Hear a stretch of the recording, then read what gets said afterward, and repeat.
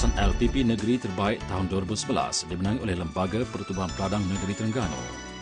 LPP Negeri diketuai oleh Tuan Haji Syamsuddin bin Mat Rani sebagai pengarah negeri dan dibantu anggota pelbagai peringkat telah dapat mengamalkan budaya kerja cemerlang.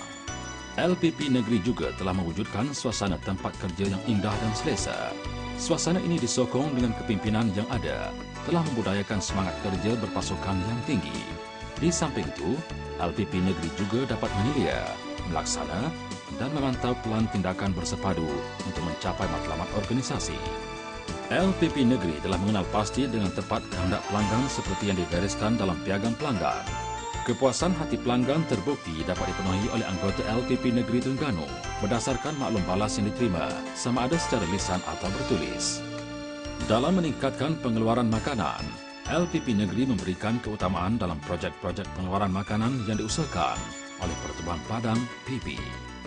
Antara projek tersebut ialah ternakan kambing bor, projek fertigasi rock melon, projek fertigasi cili, jagung, betato, ikan marin dan lain-lain. Projek-projek Pertubuhan Peladang di bawah kawal selia LPP Negeri mencapai kejayaan yang membanggakan. Kejayaan ini menunjukkan anggota LPP Negeri Terengganu telah merancang, mengurus dan memantau segala program dan projek dengan jayanya serta dapat memberi perkhidmatan pengurusan yang profesional kepada Pertubuhan Peladang.